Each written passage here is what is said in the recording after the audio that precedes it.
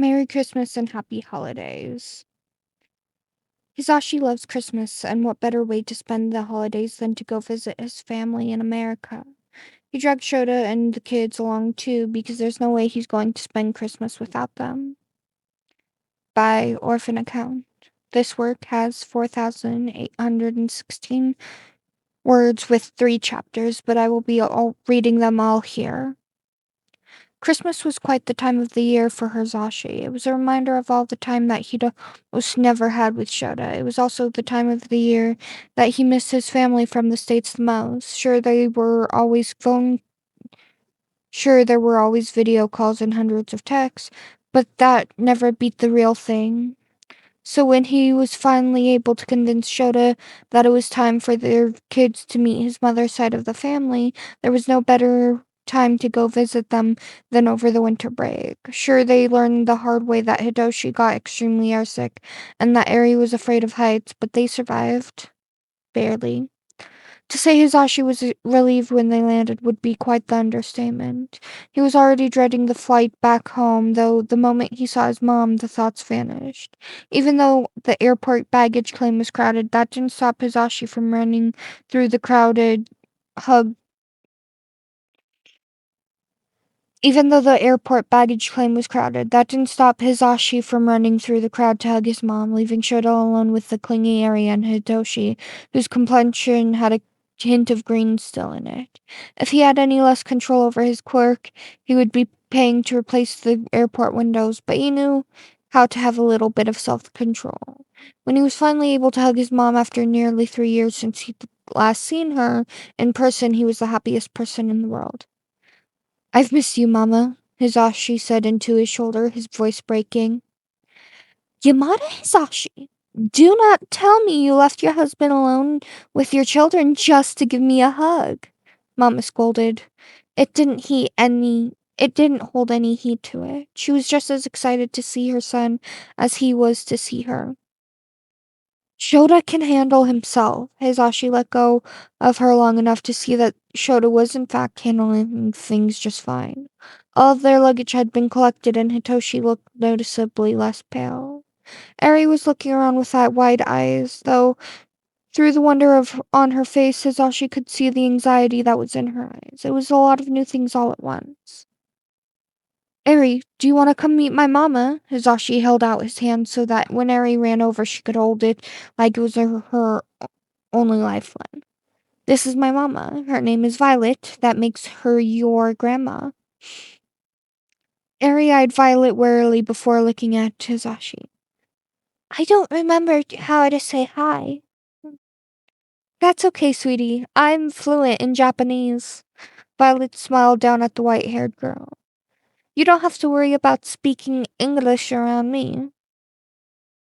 "I still want to try," Eri mumbled, her eyebrows scrunched up while she tried to remember the English phrase. "Hello." Hitoshi's English wasn't much better than Eri's, but he was still trying. His English grade wasn't the worst in the class, but he could still use a bit more studying. Eri's eyes lit up when he said the word. "Hello, hello, hello." She jumped up and down as she said the word over and over again. "Mama, this is Hitoshi, our son, and you've met our daughter, Eri." Shouta smiled. He'd long given up trying to call anything but Mama. She wouldn't have it, and if he was honest, she was probably the closest person to a mother figure he'd ever had. Hitoshi's 16 and Eric is 7. "Lyric will be excited to have someone close to their age to hang out with," Violet smiled. "What do you mean will be? Don't they know we're here?" "No, I decided should be a surprise. No of the family aside from me and your stepfather. None of the family knows aside from me and your stepfather." Violet had a mischievous glint in her eyes. It was going to be an interesting trip. "Where does Lyric think you are, Mama?" "The store. Something about marshmallows for hot chocolate." Violet waved her hand, dismissing the subject. Now let's get you to the house and settled in. I hope you won't mind bunking with Lyric, Hitoshi. I thought you would prefer it to sleeping in the same room as your parents. Besides, Lyric has insomnia too because of their quirk, so I think you two will be good friends. Based on insomnia alone, Hitoshi mumbled, brows furrowed. As long as they're cool, I don't mind. Hizashi searched Hitoshi's eyes for even a hint of a line, but he didn't find any. How is my little sibling doing? You can ask them when we get there. Now take the bags from your husband so I can give him a hug. Violet shooed Hizashi alone so that she could hug Shouta before leading the group out to her SUV. Sweet, but he really didn't know if he could be okay with sharing a room with what amounted to almost a complete stranger. The entire ride to Violet and Andy's house was filled with Christmas music and the sounds of laughter as Papa sang more and more off-key just because he could. It made Aries smile, so Hitoshi was okay with enduring the horrendous pitch that made his ears want to bleed. He couldn't help but stare out the window when they turned into the neighborhood. People around here seemed to think that Christmas was an extreme sport. Each house they passed was more decorated than the next until they reached the house with the most decorations Hitoshi had ever seen in his life. It reminded him of what their living room had looked like the year before, so when Violet pulled into the driveway, Hitoshi just wasn't surprised. He knew that his papa had to get his love of Christmas from someone, and that someone had to be Violet. Hitoshi helped get the bags. He carried Aries for her so she could run around the front yard looking at all the inflatable characters that littered it. Papa whistled to get her attention, and she skipped over to him. He took her hand, and Hitoshi followed the rest of the group from the front door. Violet opened the front door yelling, "I'm home!" "Coming!" a lyrical voice called from upstairs. Hitoshi heard the sound of footsteps running down the stairs before a teenager appeared. "Do you need any?" They cut off partway through their sentence. "Hizashi!" The teen, who Hitoshi assumed was Lyric, practically lunged into his papa's arms. "Songbird." Papa's tone was so fond it reminded Hitoshi of how Papa talked to him since he first moved in with them and how he talked to Eri now. "You've grown a foot since I last saw you." "Well, that's what happens when you're away for so long," Lyric smiled. "Mama didn't tell me you were coming." It was only after Lyric spoke again that Hitoshi realized they were speaking in Japanese with all the fluency of a native speaker. How has school been?" Pop asked. Lyric's smile wavered. They clearly didn't want to talk about school. Hitoshi decided to take pity on them. "Where should I put these?" He lifted the bag in his right hand for emphasis. Lyric's attention turned to him immediately. "I'll show you." The relief was visible on their face. "Hitoshi is bunking with you for the weekend," Violet said. Show him to your room, and after he puts Aries' things in Hisashi's room." "Got it, Mama." Lyric motioned for Hitoshi to follow. Hitoshi followed them up the stairs. It was like Christmas threw up throughout the entire house. Hitoshi was overwhelmed by the amount of stuff that was around. He had hoped that Lyric's room wasn't like the gingerbread horror that the rest of this house was. "This one's Hisashi's room." Lyric opened the door that had a microphone painted on it. Hitoshi walked in, settling the bag down on the bed. "So, where's our next stop?" "Just across the hall." Lyric pointed at the door with music notes on it. "It's not that much of a separation, but it's better than 4 of you trying to share that room." "I don't mind," Hitoshi said as they walked across the hall and into the teen's bedroom. To Hitoshi's delight, it wasn't anything like the rest of the house. There weren't any decorations in sight. It reminded Hitoshi of his own room. There were LED lights around the room so that the overhead light didn't have to be on. There was a nice desk set up with a PC, a full-size bed shoved into the back corner like an afterthought. Then there were the books. An entire wall was taken up by shelves all filled with books. Mama told you I have insomnia, right?" "Yeah, that's why she put me in here. I have it too." Hitoshi set his bag by the door. "She said that it had to do with your quirk?" Oh, that. Lyric shrugged. I can make people fall asleep by singing, so as a drawback, I can't sleep. That's a cool quirk. Sucks that you can't sleep, though. I have a friend that would love to pick apart a quirk like yours and try to help you find a solution to that. I don't know if I should be flattered or scared. Flattered. He loves all quirks. So he's picked apart your quirk before. Lyric was putting an air mattress from their closet. More than once. It's a little freaky. He thinks a lot of things that people who've had their quirks their entire lives just never thought of. So, what's your quirk? Hitoshi froze. He cleared his throat before saying, My quirk is brainwashing. Hitoshi waited. Lyric looked at them, raising an eyebrow. Okay, and? You're not going to call me a villain? No! Lyric said, the alarm in their voice was almost amusing. They paused. People call you that? Hitoshi nodded. Not everyone, but enough to have a lasting effect. Lyric thought while they aired up their air mattress. Hitoshi was glad they didn't ask anything while the air pump was going. It would have made things more awkward than they already were. They shook their head. Lyric was muttering under their breath, but because of the pump, Hitoshi couldn't hear them. How does it work? They asked after the mattress was finished. It's a call and response based. So it's a vocal quirk as well as a mental one. Lyric was walking around like they didn't have a care in the world. They were picking up random things and putting them away in different parts of the room before they went back to the closet. You can take away people's free will. I can take away their consciousness. We're not that different. I guess you could think of it that way. Okay, Lyric shrugged. I don't have any problem with it. Those with vocal quirks must flock together. Really, Songbird? I wouldn't have guessed. Hitoshi emphasized the nickname his papa had called them as a joke. Zashi started calling me that before my quirk came in. I sang a lot before it came in. Lyric's smile was bittersweet. It doesn't really work anymore. I can't really sing now.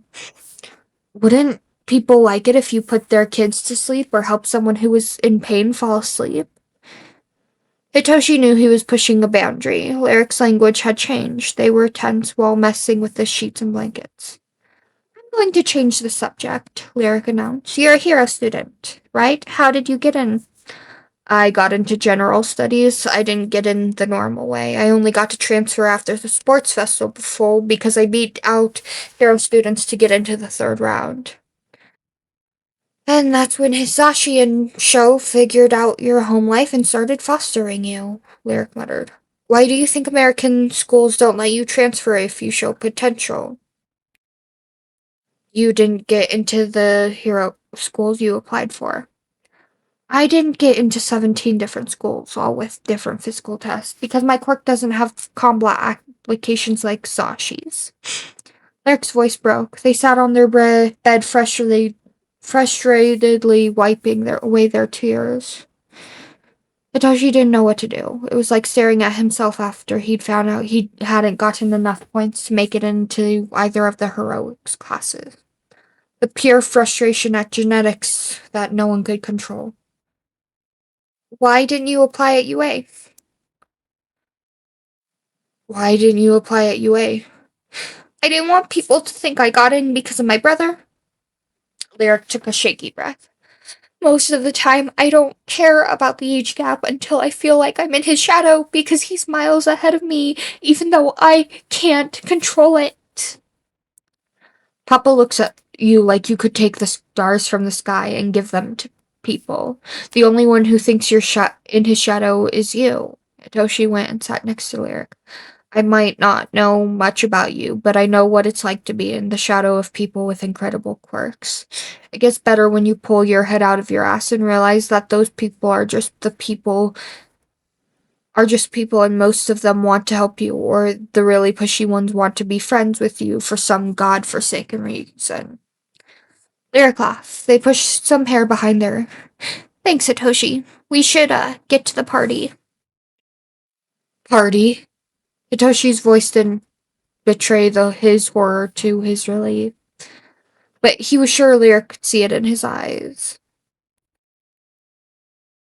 Yeah, the Christmas party. It's part of the reason you're here. We have most of the family together for tonight, and then tomorrow, Christmas Eve, will be just with the immediate family, so you won't have to be around as many people. They should have taken English way more seriously. Lyric's laugh lived up to their name. It was so musical, Hitoshi could only assume that their quirk was so tied to their vocal cords that it made every sound they made have a magical quality. Come on, I can translate for you. We're the only ones our age anyway, so it'll be natural for us to stick together. Hizashi bounced around the room. His volume was under control for the moment, but he could feel Shoto's eyes following him, waiting for a slip-up. Shouta was uncomfortable, and that made him even more diligent in his efforts to keep Hizashi from breaking the windows. The tree was lit up with all the decorations from Hizashi's childhood, from his horrible handmade snowmen that were only paper and cotton balls to the different ornaments his mom bought him each year. Even after he moved out, she still bought one for him when she went out to get one for Lyric. It was a tradition. It was the one tradition that she wouldn't budge on. Not that there were many things that she would budge on, but Hizashi really liked the ornament one. He was slightly worried that Hitoshi and Lyric hadn't reappeared, but he also knew his son would need to get to know Lyric if they were going to share a room. Shouta seemed to be following his train of thought. He watched his husband's eyes glance over to the stairs every few minutes. Eri, on the other hand, was unbothered by the fact that her big brother was nowhere to be seen and seemed to be engrossed in the conversation she was having with Violet. Based on the waving of Eri's hands, it was quite the conversation. Hizashi, your hair must have grown another 6 inches, Aunt Betty said, stopping her hand before her fingers made contact with the golden strands that sat on his shoulder. You have to give me your secret. A bucket of hair gel a day, Hitoshi said. His comment caught Hizashi off guard. He hadn't seen his son come downstairs. Hitoshi says a bucket of hair gel a day, Aunt Betty. Lyric was practically glued to Hitoshi's side because the room was so crowded. The older woman's eyes widened. Well, that's certainly not a typical remedy. He's just joking, Aunt Betty. This is my son, Hitoshi. Hello. Hitoshi kept the greeting short. Well, he looks like Shouta if Shouta was purple. I get that a lot. Hitoshi's voice was stiff. He was concentrating on the conversation harder than Hizashi would have liked given all the extra lessons Hitoshi had been doing before they come. The music got quieter. Hizashi's eyes went to his mother. She was standing with Eri on her hip and wasn't near the speaker, so his eyes moved to Andy, who was standing next to the speaker, glass in hand. If I could have everyone's attention, Andy said. Hizashi took in his appearance. He was more tired than the last time Hizashi saw him, and he had less of his black hair on his head. But to counteract that, he'd grown a beard. Since Lyric and Hitoshi were so as to join us. Laughter filtered through the room. Hitoshi didn't even have the decency to look ashamed. Whatever he and Lyric had talked about must have been important enough for him to not care. It's been a long time since we've been together as a family, and this year we've been blessed enough to be joined by 3 children. That comment confused Hizashi as he looked around the room until his eyes landed on his cousin Amelia and her wife Heather, who were holding a bundle in her arms, the 3rd child he hadn't known about. Andy continued, I want to raise a toast to family no matter the situation. We'll always have each other. Everyone raised their glasses and said, to family. The music returned to its regular volume, and Aunt Betty moved on to bothering Shouta, who was standing in the corner by himself. Lyric had dragged Hitoshi over to Amelia and Heather so that Hitoshi could meet the baby. Hizashi looked over the crowd. He had forgotten how much he missed this, being surrounded by family, the sounds of all 7 of his nieces and nephews playing, well, aside from the baby who was only a little fussy. It had been too long since he'd been back, and he didn't know when he could get to come back again. But he wasn't going to dwell on that. There was celebrating to do. Any worrying could be taken care of later. Papa? Eri asked, tucking on the hem of his sweater.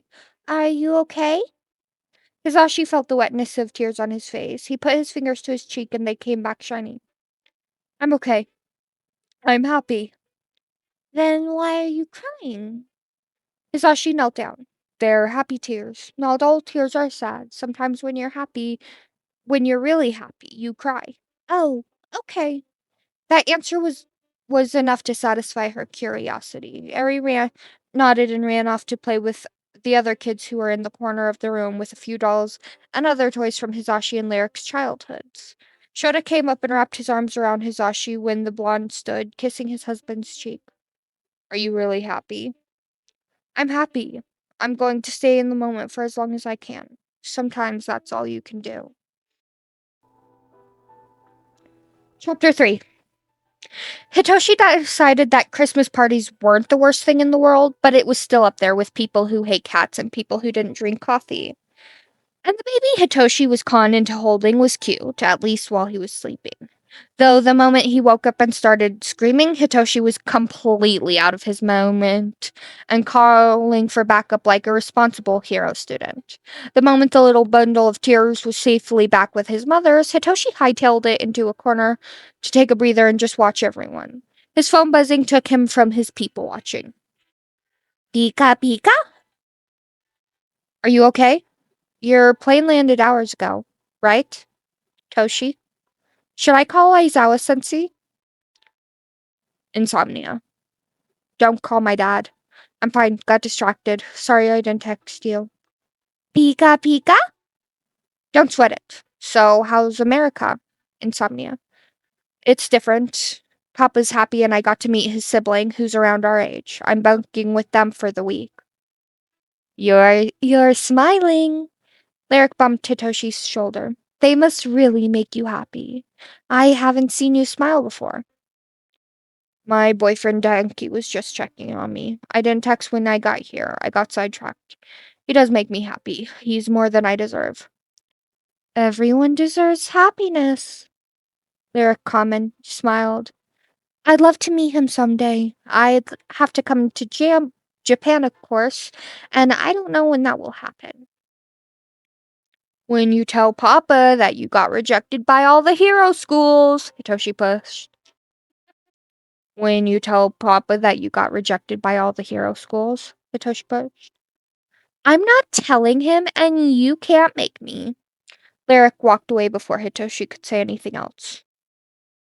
Well, Hitoshi had blown that interaction. Off the phone, Toshi. You're with family. Papa scolded him from the other side of the room. I was just updating Denki, Hitoshi said, ignoring the buzzing of his phone as he put it back in his pocket. He was worried. Violet cooed from the other side of the room before making a beeline for Hitoshi. I need details. Who's Denki? Boyfriend, Hitoshi muttered, his cheeks warming. He was making sure that I made it here okay. What's he like? Violet's green eyes were wide and it amazed Hitoshi just how much mother and son looked alike when they were excited. Hitoshi laughed a bit before saying he's a loud blonde. He has an electricity quirk, so he's a bit hyperactive but wicked smart. He dumps himself around others, but not around me and a few others. He's my best friend. A lot of good relationships are built on friendship. Look at your parents. They never would have happened if Hizashi hadn't been so insistent on being the friends when the kid who kicked his ass in the sports festival. Eri gasped. Grandma said a bad word. The kids around her didn't understand what she said, but it had Hitoshi laughing, knowing that the little girl had heard much worse in the UA dorms when she would visit. Just don't repeat it and you'll be fine, Hitoshi said between fits of laughter. You know that Bakugo swears more than that, and you don't go around pointing out every time he says a bad word. That's just how he talks.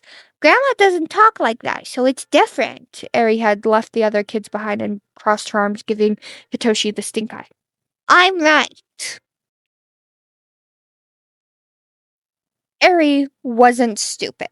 She was just a little behind socially. She could read and write. She was learning English and knew JSL. But sitting with the other kids at the Christmas party, she couldn't help but feel more behind than she already was. These kids had friends that were their own ages and didn't idealize heroes to the extent she did, at least from what she picked up with her less than ideal grasp of the English language. These kids also didn't know any pro heroes. Apparently, they didn't realize that Papa and Dad were heroes, or they weren't told. It would make sense if they weren't told. Kids couldn't keep their mouths shut most of the time, and Eri knew that if she was normal, she would have struggled to keep it a secret. But she wasn't normal, so it was okay that she knew. Besides, it meant that she got to be around hero students a lot and got to see her friends.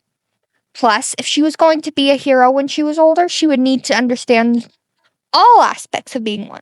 Protecting your family and yourself was very high on the list. So if the other kids didn't know, then they didn't need to know, and Eri wasn't going to be the one to tell them. Even though she enjoyed being around people her age, she did prefer to just be with Hitoshi when the other kids were louder than she was, and it was nice to be near Hitoshi in the corner with just Grandma around. Plus, Eri liked Denki, so if she got to talk about him, it made things more fun. Denki really likes to color with me, Eri fiddled with her fingers. He's good at coloring. He's really funny, too. Shouta was grateful when the party was over. Eri had fallen asleep in his lap near the end of it, and while he did enjoy most of Hizashi's family, there were a few that were more grating than the others. It was past 10 p.m. by the time the last of the extended family left. Hitoshi looked more zombie than human, and Lyric was avoiding Hitoshi like the plague. Shouta wasn't sure why that was, but he hoped the teens figured it out without having a major fight. A small one was fine, but Shouta would not be able to handle yelling. Hizashi noticed the tension too, and while Shouta went to put Eri to bed, Hizashi went across to the door across the hall and knocked. Shouta was going to leave it to Hizashi to figure out whatever was going on between the teens. His husband was better at those things when he was, and his social battery had died half an hour into the party, even though he couldn't leave. Going to the sleep was the best option for him, and he wasn't going to deny that fact. Hizashi would be fine. At least, Shouta was pretty sure he would be fine. Morning came much too quickly for Shouta. Though they had thankfully made it through the night without any nightmares, Eri was well rested and perky as ever, something that made Shouta smile on the inside, even though on the outside he looked sleep-deprived and zombie with resting bitch face. Hizashi, on the other hand, seemed like they hadn't slept at all with his designer eye bags that matched his younger sibling and their son. Shouta would have asked, but some part of him knew that it wasn't his place, and he was going to trust his gut on that. It was Christmas Eve. It wasn't like they were going to start drama, right? Right?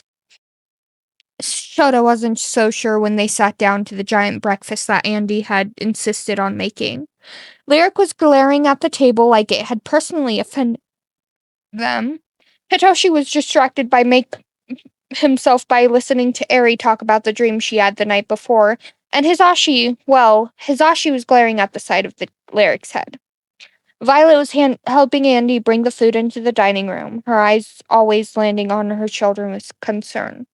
Andy, the sweet guy, was smiling unaware of the turmoil brewing between the half-siblings. Shouta was concerned, but at the same time he was miffed that Hitoshi knew what was going on and he didn't. And it wasn't like Hitoshi was going to tell him. Besides, it probably wasn't something that to be discussed in front of Eri.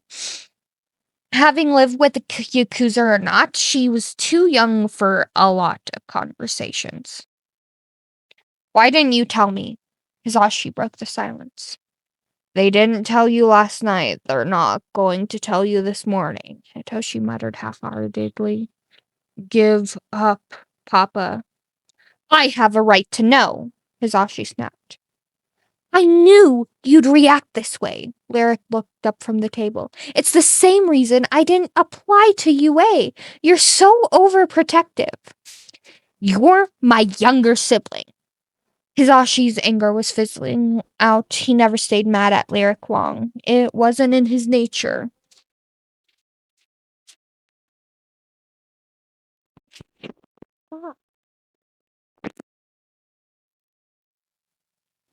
You know I just want you to be happy and healthy.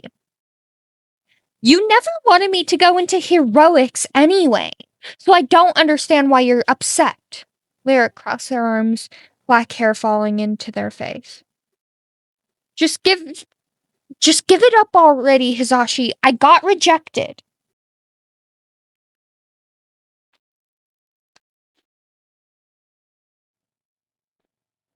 You didn't have to get rejected. I don't understand why you didn't put down on your ties to me on your applications. They would have looked at you harder if you had. I didn't want to get in because you're my brother. I wanted to get in because I have potential. You have potential, just not the kind that hero schools look for in their entrance exam. Hizashi threw his hands into the air. I'm calling Nezu. No! Lyric shot up into their dining chair, screeching as it slid back. I told you I didn't want that. I won't let you just give up. Shouta sighed. What was a little Christmas without a little family drama?